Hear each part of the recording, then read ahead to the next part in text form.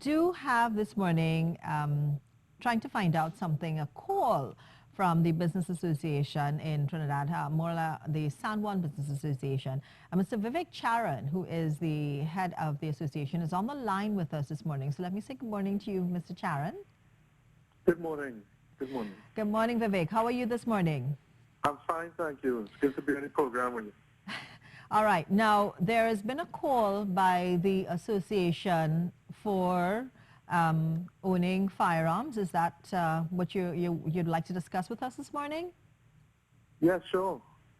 Okay. What is the call? What is it that you're asking? Well, we haven't been directly asking, but some of the other chambers have been saying that its fire should be made more easily available. Okay. Now, when we get into that statement, right, first of all, we have to say that firearms should never be easily available. As a matter of fact, there should be a very stringent process with regard to people being granted firearm license. Mm-hmm. It should be not easy. It should be actually quite difficult. But the situation as it stands at the moment is that no one is getting firearm license, right? So really what should happen is that there should be let's say a rehaul, and that they should look at the current process of applying for a firearms license and put, let's say, the chambers have been chatting about it, but they should have some new regulations and new procedures in place. But the actual issue is the fact that having access to a legitimate firearm, the entire process for that has stalled. Okay. And that there are many applications that haven't even been heard. And as a matter of fact, there are few applications that actually went before the courts and stuff like that. But do you know why? Do you know why it has stalled? Do you know why it has stalled? Well, I think it would have been stalled. That would have something to do with the Commissioner of Police. That would probably have something to do with the Ministry of National Security. That may have something to do with policy, right?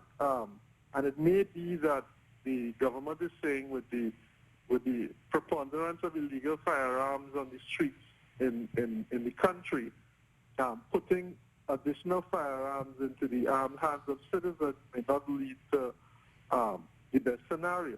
But this would not just be citizens. This would actually be businessmen, people who own businesses and want to secure their property. Well, that's what I was leading up to, which is that, the police are not omnipotent and they can't be omnipresent. The reality of the situation is that business people have been attacked, and business people are, let's say, at risk, and they are at a greater risk, I would say, than the average person on the street, simply because of the fact that they are targets because they may have cash on them, they may have certain things that people want to steal at a significant value in stores on the high streets and stuff like that. Yeah. But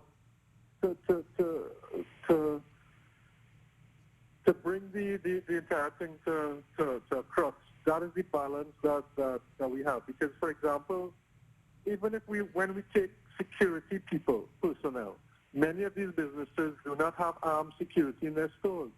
So if they are held up at gunpoint or somebody comes in with a gun, there's very little that these security people can do. The second thing is that one of the other measures that we have is everyone has CCTV cameras. Yeah. However, the criminals have gone a step above that now when everybody's coming in masked, right? So a mask, I myself was broken into some time ago, and my security cameras caught the footage of the person coming at night and everything like that. The person had on a blonde wig, long sleeves, and gloves, right? That is how good they are in the sense of protecting themselves. Yeah, disguising themselves. Right, exactly.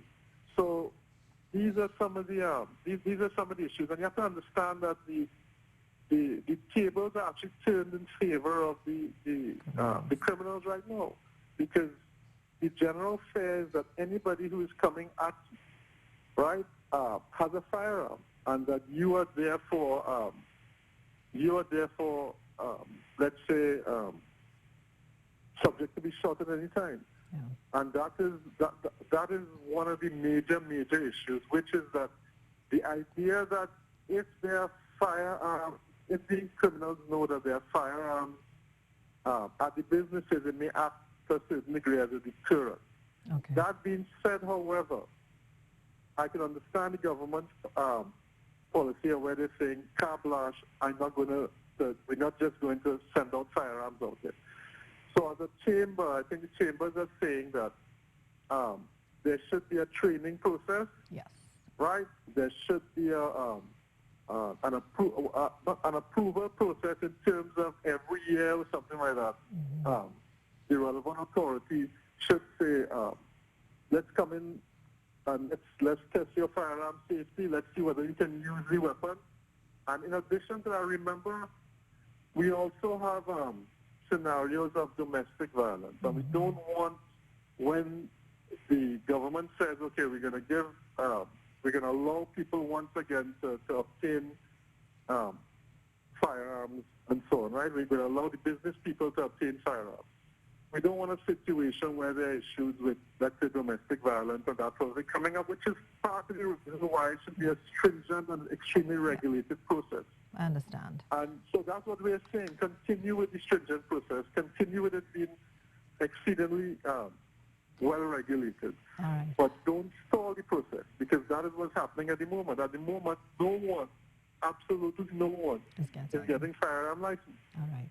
All right, Vivek, I want to thank you so much for letting us know about this. Vivek Charran, the head of the San Juan Business Association, and the call from various chambers.